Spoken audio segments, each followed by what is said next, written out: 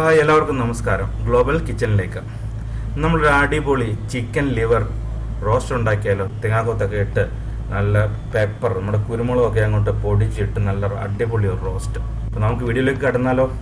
വന്നാട്ടെ. നമ്മളൊരു പാൻ വെച്ചു, അതിലേക്ക് ഒരു 3 ടേബിൾ സ്പൂണ് വെളിച്ചെണ്ണ ഒഴിക്കുന്നു. വെളിച്ചെണ്ണ ചൂടായി വരുമ്പോൾ അതിലേക്ക് നമുക്ക് ഒരു 2 ടീസ്പൂണ് ഇഞ്ചി വെളുത്തുള്ളി പേസ്റ്റ് ചേർക്കാം. 2 ടീസ്പൂണ് ചേർത്തിട്ടുണ്ട്.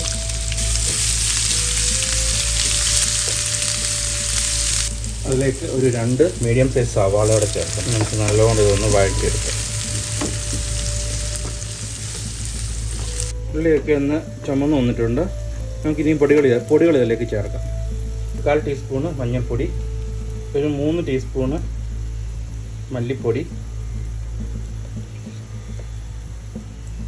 അടുത്താണ് പ്രധാനമായിട്ട് നമ്മൾ കുരുമുളക് ഇട്ടാണ് വഴറ്റുന്നത്. അതുകൊണ്ട് 3 ടീസ്പൂണ് കുരുമുളക് പൊടിയോടെ ചേർക്കുന്നു.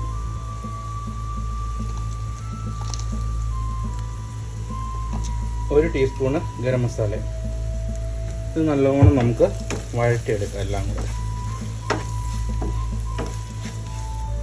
നല്ലോണം പച്ചമണം മാറുന്നതിനും വരെ നമുക്കിത് വഴറ്റിയെടുക്കാം. ഒന്ന് മൂത്ത് വരുമ്പോൾ നമുക്കിതിലേക്ക് കരൾ ചേർക്കാം. നമ്മൾ ചിക്കൻ്റെ കരളാണ് എടുത്തേക്കുന്നത്. ഒന്നാന്തരം ലിവർ പെപ്പർ റോസ്റ്റാണ് ഉണ്ടാക്കുന്നത്.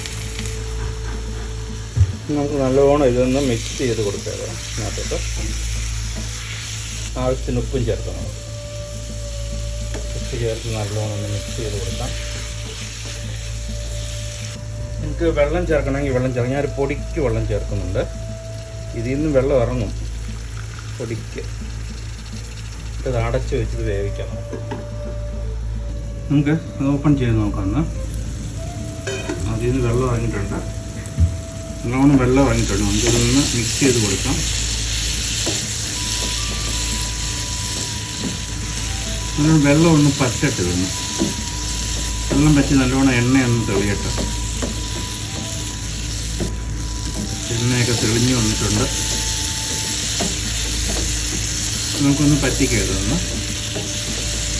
പറ്റിക്കുന്നതിന് മുമ്പ് നമുക്കിതിലേക്ക് അല്പം തേങ്ങാക്കൊത്ത് ഓപ്ഷനിലാണിത്. നിങ്ങൾ താല്പര്യം ഇട്ടാൽ മതി.